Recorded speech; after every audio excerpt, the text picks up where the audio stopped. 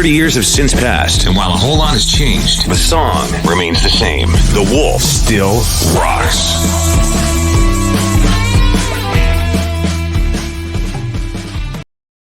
Hey there, it's Brian Ellis, morning show host, 101.5 The Wolf, and we're doing another video segment here today. I'm going to just shift my Wolf logo around a little bit.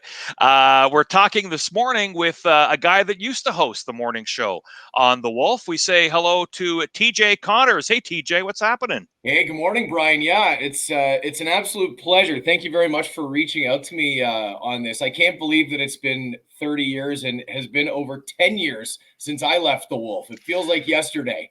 Has it been 10 years? I left in 2011. Yeah, 2011. Wow.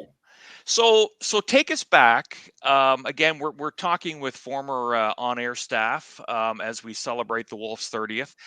Take us back to when you first came to the Wolf. Now you were working in Lindsay, correct? I was, yeah, and I would send you, Brian Ellis. I would send you demos all the time to try and get a damn job at the Wolf because I really wanted to work there.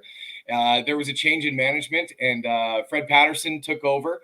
And after a couple years of badgering him, it happened for me in 2009, I guess. I was brought on board, and it was a really fun time at the radio station. A fun time for me because I really thought the Wolf was sort of the cat's meow of rock radio stations in mid-markets in Ontario, and it was certainly where I wanted to be. And when I got that opportunity, I felt like I had won the lottery. Yeah. Now, who were you paired up first when you first started with us? So when I joined the Wolf, I was brought on with the TJ Connors morning experience with Alana Cameron.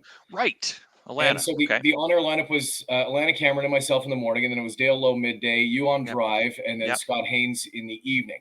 Right. So Alana went on a maternity leave, and then we filled the maternity leave with none other than the Peterborough legend himself. I believe he's back in radio now. Marty the White Beaver Silvestri. Yep. Him and I had just such a great friendship and a great bond, but just the branding of everything. Everything was TJ and the Beeve. TJ and the Beeve doing this. TJ and the Beeve. We hosted the Gazebo Games at the Holiday Inn patio. TJ and the Beeve, we watched in 2010. We watched Canada score the gold medal goal, Sidney Crosby at the Montreal House. And it was TJ and the Beeves, watched the game on this 65-inch TV, which in 2010, that was a huge TV. It was like a really, really big deal. Yeah. We had a lot of fun and we were really able to connect with the community. And shortly after that, it was Danny Stover, who I worked with for my last year or so there. Yeah. Yeah. So, as a morning show with your various co-hosts, you guys did a lot of things. You talked about Marty, you talked about, Alana.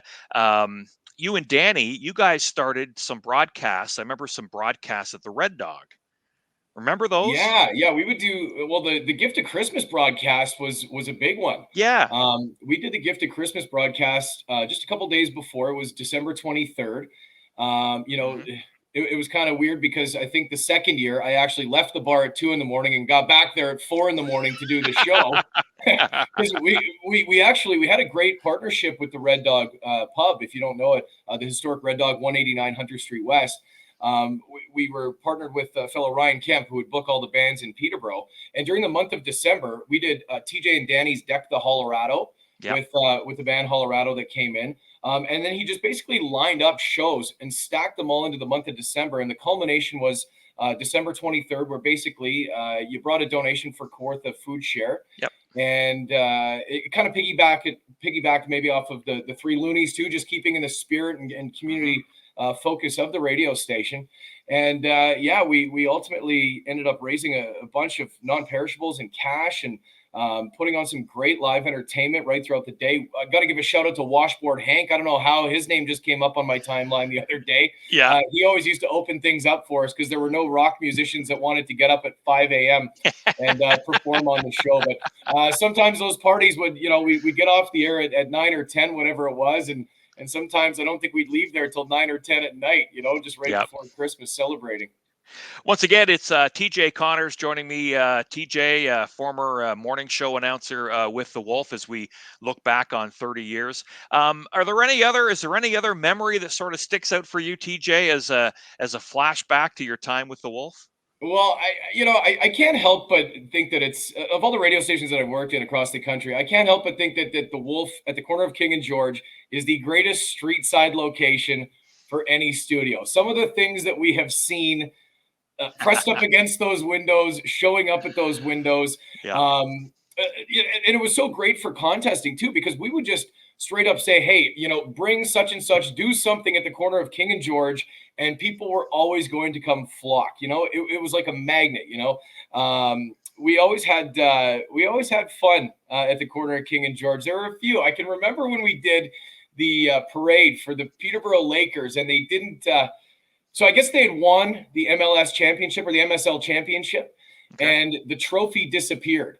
So the White Beaver, being a big Lakers fan, much as myself, we created this trophy that had been made of tinfoil wrapped around. And we created this 3-tier man cup. And we had John Evans from the Lakers come down, and we said, hey, come down if you wanted your picture with the cup. So we just stood in the front window of King and George, and people would come down and pose for photos, and we did a little mini parade down George Street because the actual trophy was no longer existent. I think it ended up in a fire at Six Nations or something like that, is the old rumor.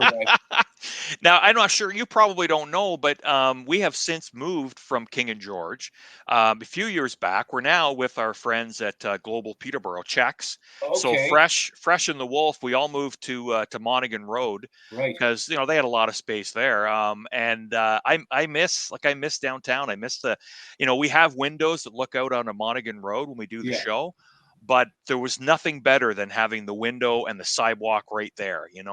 I know. I've worked in radio stations that are in high rises. I've worked in a lesser kind of street side studio, like an office building. But there was something about when you guys moved down there from Television Hill. It was a magnetic corner for action, and whatever that may be, good, bad, indifferent. There was always, and even having hosted a couple All Request Saturday nights there for a while. My dad Scruff Connors and I had the ability. That was always one of my highlights. We had the ability to host. I believe it was a Thanksgiving show. We did the Connors family Thanksgiving a couple of times, and I'll tell you, on a long weekend Friday night, you never knew what you were going to see, or Saturday night, you never knew what was going to pop up into that window at the corner of King and George. That's for sure. Yeah. Well, listen, we thought we'd catch up with you and get some memories. So what is TJ Connors doing these days? Well, it's funny you ask, Brian. I actually just wrapped up a 3-year contract here with another media outlet in Winnipeg doing mornings here. Okay. So I guess a free agent. I've been selling real estate for the last year and a bit. So all right. Really for me, that's kind of my new goal and focus, and it really has always been a passion of mine. I just decided, about a year and a half ago to dip my toes in. I had flipped a couple properties and decided that I really wanted to get into it. So it's a change of pace, but a lot of the same sort of values that I learned from radio. And that is just connecting to people, being honest, being a real person. And it's actually gone really well for me. So, I guess if Course Entertainment does come calling down the road, I'll probably pick up the phone. But right now that's not in the cards. But you never know what the future holds, Brian. I think I've still got 10 more years in me, and then maybe we'll, Well, hey, you've had a great run. I mean, you took over when I left, when I went out west. Yeah. And you took over doing mornings with Danny, and that's got to be 2011. So I mean, good for you, man. You've had such an incredible career there.